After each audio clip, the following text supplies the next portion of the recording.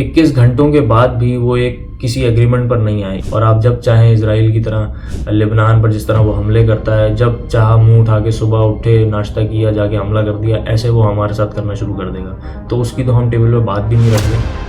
दरअसल दोस्तों, अरबों ने सारी ज़िंदगी से सिक्योरिटी के हवाले से अमेरिका के ऊपर रिलाई करता है। पाकिस्तान को जो यूएई को $3.5 बिलियन का लोन रीपे करना था, सवाल यह है कि वो पाकिस्तान कहाँ से रीपे करेगा। अस्सलाम वालेकुम दोस्तों, अगर आप इस चैनल पर नए हैं तो चैनल को सब्सक्राइब करें, वीडियो को लाइक एंड शेयर ज़रूर करें। आज आप लोगों के लिए मेरे पास दो खबरें हैं, एक बुरी खबर है और एक अच्छी खबर है। मैं समझता हूँ वो अच्छी खबर है, लेकिन उसकी कंफर्मेशन नहीं है कि वो अच्छी है या नहीं। अभी कुछ कह नहीं सकते, लेकिन मुझे ऐसा लगता है कि ऐसा हो सकता है कि वो अच्छी खबर बाद में हो जाए। बुरी खबर ये है कि जैसा कि हमने आपको बताया था कि पाकिस्तान की बेहतरीन डिप्लोमेसी की वजह से एक ईरान और यूएसए की 2 हफ्ते के लिए सीज़ फायर हुआ, जंग रुक गई और उन्होंने मीडिएशन का जो है वो बहुत ही अहम किरदार अदा किया पाकिस्तान ने। मगर बुरी खबर ये है नाज़रीन कि वो डील जो है वो फाइनल नहीं हो सकी, कोई एग्रीमेंट नहीं हो सका दोनों पार्टीज़ के बीच में। पाकिस्तान ने मीडिएटर की कोशिश की, दोनों को एक प्लेटफॉर्म प्रोवाइड किया, सिक्योरिटी प्रोवाइड की, एक दोनों के लिए ट्रस्ट पैदा किया कि दोनों जो है एक जगह बैठकर इस डील को अचीव कर सकें, पीस को एक और मौका दे सकें। मगर वो ऐसा नहीं कर पाए और डील की अचीव नहीं हो सकी। ये एक बुरी खबर थी। 21 घंटों के बाद भी वो एक किसी एग्रीमेंट पर नहीं आए। ईरान के जो 10 पॉइंट्स थे वो पहले भी मैं आपको बता चुका हूँ। वो ये थे कि वो चाहते थे कि उनके ऊपर से जो है सैंक्शंस हटा दिए जाएं, कोई सैंक्शंस उन पे ना हो। उनके जो एलाइज़ हैं हिजबुल्लाह, हमास और दीगर जो रीजन के अंदर हैं, उन पे ऊपर हमले बंद कर दिए जाएं। इजराइल लेबनान के ऊपर हमले कम कर दे और स्ट्रेट ऑफ हॉर्मूज पर ईरान का कंट्रोल हो और ईरान के जो एसेट्स हैं मिडिल ईस्ट के अंदर या जहाँ कहीं भी, उसे अनफ्रीज किया जाए और ईरान को यूरेनियम इनरिचमेंट पर जो है वो उसको इजाज़त दी जाए कि वो अपनी एनर्जी के लिए यूरेनियम इनरिचमेंट कर सके। अमेरिका तो उसके मिसाइल्स तक को जो उसके मिसाइल प्रोग्राम है उसे भी जो है ख़त्म करने की बात कर रहा था, मगर ईरान ने कहा ये तो हम बात ही नहीं करेंगे, इसके ऊपर कोई बात नहीं होगी। हाँ, एटॉमिक एनर्जी पर, न्यूक्लियर एनर्जी पर हम बात कर सकते हैं, यूरेनियम इनरिचमेंट पे हम बात कर सकते हैं, मगर मिसाइल्स पे कोई बात नहीं होगी। वो हमारा राइट है। अगर हम गिव अप कर दें, वो भी हम आपको पकड़ा दें, तो हम भी लेबनान की तरह हो जाएंगे और आप जब चाहें इसराइल की तरह लेबनान पर जिस तरह वो हमले करता है, जब चाह मुंह उठा के सुबह उठे, नाश्ता किया, जाके हमला कर दिया, ऐसे वो हमारे साथ करना शुरू कर देगा। तो उसकी तो हम टेबल पे बात भी नहीं रख रहे। हम आपके सामने ये पॉइंट्स पेश करते हैं और जो वॉर के रेप्रेशंस हैं, जो आपने तबाही मचाई है यहाँ पे, जो लोगों का नुकसान किया है, जो हमारा इंफ्रास्ट्रक्चर तबाह किया है, उसकी रेप्रेशंस हमें चाहिए। ये ईरान ने कुछ पॉइंट्स अपने सामने रखे थे, 10 पॉइंट्स, उसकी समरी मैंने आपको दी है। और अमेरिका की जो 15 पॉइंट्स हैं वो तो उन्होंने सामने शायद रखे भी नहीं है, कोई सोर्सेज अभी पता नहीं चल रही। बस उनकी वही जो है रिसोर्सेज हैं कि वो यूरेनियम इनरिचमेंट के ख़िलाफ़ हैं। वो कहते हैं कि बिल्कुल भी नहीं होनी चाहिए। जो आप एनर्जी के लिए यूरेनियम इनरिचमेंट कर रहे हैं, आपको वो भी नहीं जो है वो हम अलाउ करेंगे।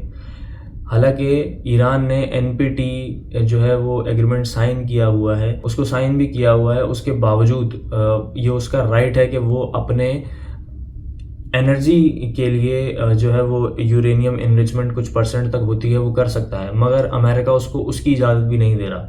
21 घंटे की नेगोशिएशंस के बाद दोस्तों, जब JD Vance, vice president of America, press के सामने आए तो उन्होंने कहा कि कोई डील या नेगोशिएशंस अमेरिका और ईरान के दरमियान नहीं हो पाई है।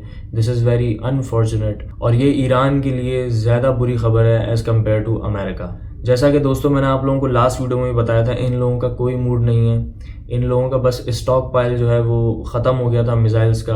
ईरान जो है वो, ईरान के तो टनल्स, सिटीज़ बने हुए अंडरग्राउंड मिसाइल्स के, उनके पास तो बहुत स्टॉक था और उनको चाइना भी अपनी सैटेलाइट्स के थ्रू, रशिया भी सैटेलाइट्स के थ्रू और दीगर चीज़ों में मदद कर रहा था।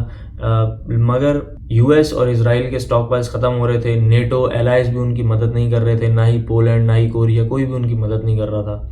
सोशल मीडिया पे भी पोस्ट बहुत वायरल हो रही हैं कि अमेरिका ने अपने जो है नेगोशिएशंस के लिए किन लोगों को भेजा था। वो आप जैसा कि देख सकते हैं कि एक फील्ड ऑथर जो कि वाइस प्रेसिडेंट JD वैंस हैं, और एक सन इन लॉ डोनाल्ड ट्रम्प के मिस्टर जेरेड कुशनर, और एक गोल्फ बडी स्टीव विटकॉफ।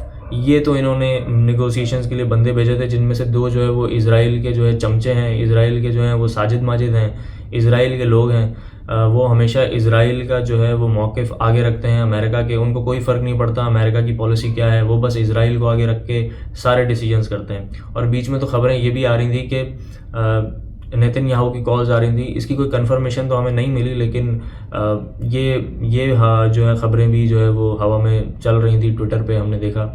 और जो ईरान की तरफ से डेलीगेशंस थे, ईरान की तरफ से जो बात करने लोग आए थे, ईरान की तरफ से जो नेगोशिएशंस करने आए थे, वो PhDs थे।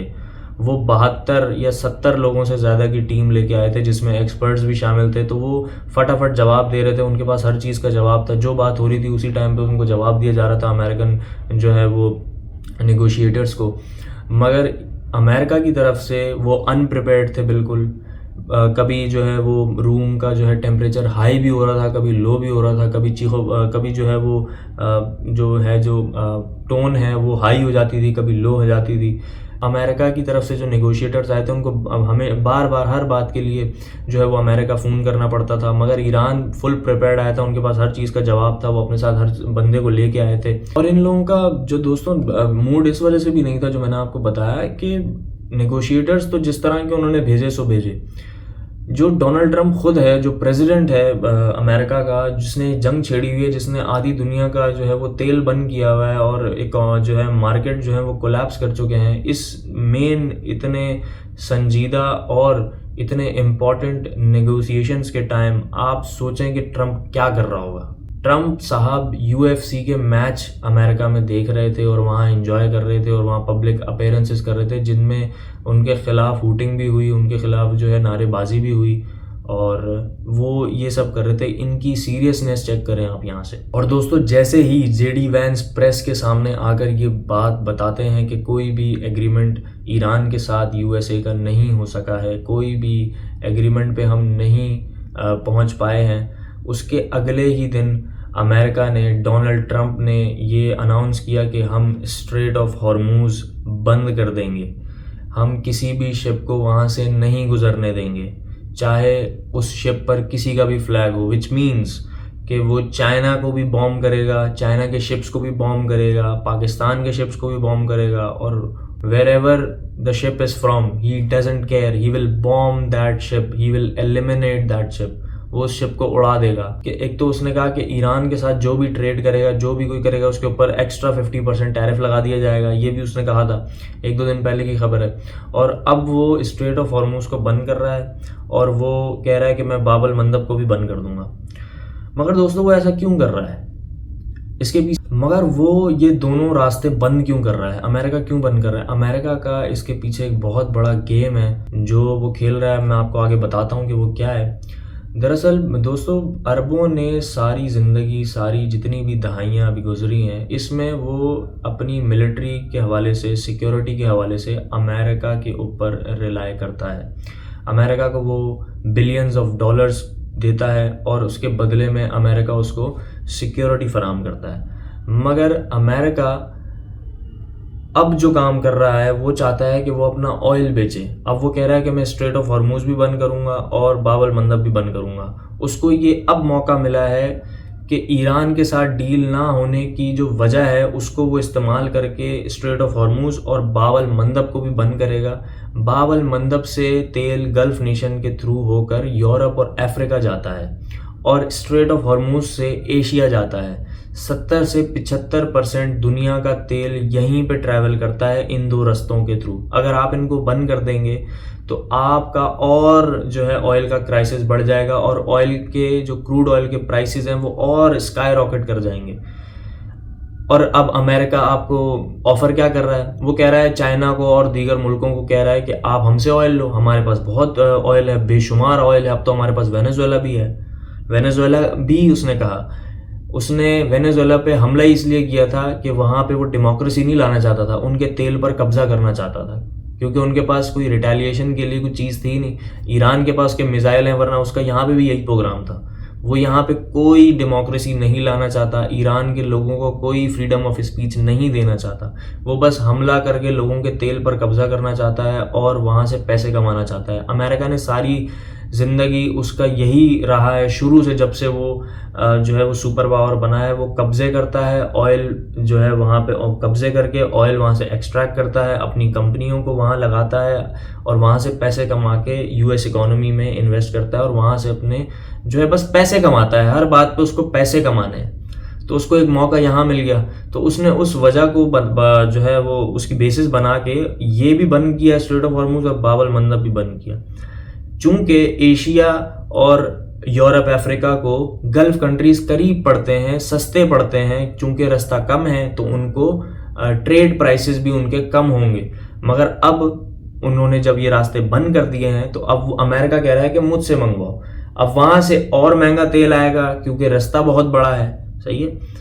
आपको लगता होगा कि अटलांटिक ओशन छोटा है, जो अटलांटिक ओशन सीधा नहीं आता कभी भी, जहाज कोनों कोनों से आता है, जो है वो कंट्रीज के करीब करीब से आता है। मतलब अगर अमेरिका से तेल आप मंगवाएंगे, यूरोप मंगवाएगा या अफ्रीका मंगवाएगा, तो जो तेल होगा, जो यूएस से शिप्स होंगे, वो नॉर्थ अमेरिका से निकलते हुए साउथ अमेरिका से होते हुए अफ्रीका की तरफ और यूरोप की तरफ जाएंगे। इससे ऑयल प्राइसेस और बढ़ जाएंगे। इस ब्लॉकेट की खबर सुनने के बाद जिन मुल्कों ने मुखालिफत की, उसमें नंबर 1 चाइना था। चाइना ने कहा ये क्या मजाक लगा के रखा हुआ है, ये कोई तरीका नहीं होता जंग ख़त्म करने का, और ना ही कोई ऐसी बात होती है जिससे जंग ख़त्म हो सके। इससे तो आप जंग को और एस्केलेट करेंगे, इससे तो जंग और बढ़ेगी। ये तो मतलब आप आग में तेल डाल रहे हैं। इस तरह उसने मुखालिफत की। रशिया ने मुखालिफत की। इवन के नेटो एलाइज, उन्होंने तो ना सिर्फ मुखालिफत की, उन्होंने तो इस चीज़ में यूएस के साथ, अमेरिका के साथ शरीक होने से भी मना कर दिया। उन्होंने कहा हम आपके साथ नहीं शरीक हो सकते, और उल्टा उन्होंने मना किया कि आप इस चीज़ को जो है बंद ना करें और चीज़ों को मुश्किल ना करें कि वो जो है वो सुलह की तरफ जा ही ना सकें, पीस की तरफ जा ही ना सकें। आपकी इन चीज़ों की वजह से जंग और लंबी होती जाएगी, तवील होती जाएगी और बात कभी ख़त्म होने पर आएगी ही नहीं, और दुनिया की मार्केट्स और क्रैश करते हुए ज़मीन में घुस जाएंगी, बिल्कुल तबाह बर्बाद हो जाएगी। अमेरिका के इस ब्लॉकेट पर तकरीबन पूरी दुनिया ने ही जो है उसकी मुखालिफत की। स्पेशली वीटो नेशंस जो हैं, यूके, फ्रांस, रशिया, चाइना, इन सब ने उसकी मुखालिफत की। सिर्फ एक कंट्री ही था जिसने उसकी मुखालिफत नहीं की। गैस करें आप, इज़राइल। वो हर चीज़ में जो यूएस गलत करता है, किसी पर हमला करने की बात करता है, कोई भी जंग से रिलेटेड जिससे जंग और बढ़े, वहाँ इजराइल उसके सपोर्ट में खड़ा होगा। या मुझे लगता है किसी के भी सपोर्ट में जहाँ जंग हो रही होगी वहाँ इजराइल होगा। एक वाहिद इजराइल मुल्क था जिसने इस ब्लॉकेट को सपोर्ट किया और इसको जो है वो कहा कि ये सही है, यूएस को ये करना चाहिए। दोस्तों अब आ जाएं पाकिस्तान के ऊपर। पाकिस्तान को जो यूएई को $3.5 बिलियन का लोन रीपे करना था, दोबारा उसे जो है वो रिटर्न करना था इस महीने के एंड में। वो सवाल ये है कि वो पाकिस्तान कहाँ से रीपे करेगा। पाकिस्तान के पास तो नहीं है, वो खुद जो है आईएमएफ से लोन्स लेता है, हर महीने उस पर रिलाई करता है। अभी आईएमएफ का एक और लोन जो है वो बात चल रही है कि वो $1.2 बिलियन का जो है आईएमएफ का एक लोन अभी पास होगा।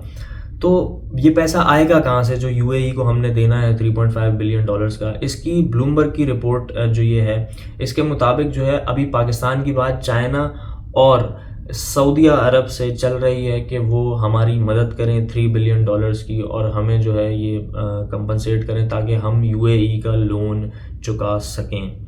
और इसके बाद पाकिस्तान के लिए भी मुसीबतें जो हैं बढ़ रही हैं। जाहिर सी बात है, एलाइज हमारे हैं, हमारे नेबर्स की जंग हो रही है, हमारे नेबर्स हमारे एलाइज पर हमले कर रहे हैं, और हमारे एलाइज जो हैं वो कह रहे हैं कि हम उनको सपोर्ट करें, बट हमारे नेबर्स से हम जंग भी नहीं करना चाहते। तो पाकिस्तान थोड़ा फंस सा चुका है, वो बीच में लटक रहा है। मगर अल्हम्दुलिल्लाह अब तक हमारी फॉरेन पॉलिसी और हमारे जो डिप्लोमेसी है वो बेहतरीन रही है। उम्मीद है कि आगे भी इसी तरह रहे और ये जंग ख़त्म हो, क्योंकि पाकिस्तान के हक़ में ये बिल्कुल भी नहीं है कि ये जंग चले।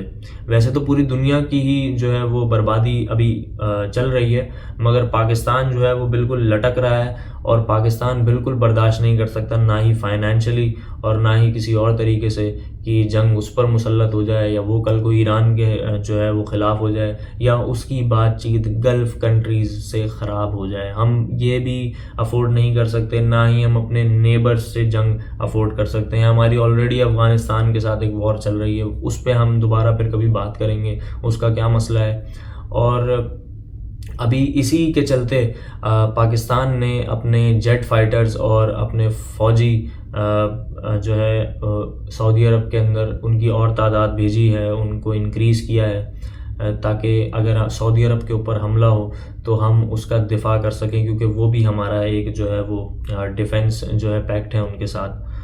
और हम उम्मीद करते हैं कि ऐसी नौबत ना आए कि हमें अपने नेबर पर हमला करना पड़े, ईरान पर हमला करना पड़े, क्योंकि हम ना तो चाहते हैं कि हम ईरान पर हमला करें, और ना ही हम ये चाहते हैं कि सऊदी अरब पर ईरान हमला करे, जिसकी वजह से हम फंस जाएं, हम जो है वो बैलेंस आउट ना कर पाएँ चीज़ों को। अगर आप लोगों को वीडियो अच्छी लगी तो चैनल को सब्सक्राइब करें, लाइक करें, इस वीडियो को शेयर करें और अपने इस चैनल को सपोर्ट करें। शुक्रिया।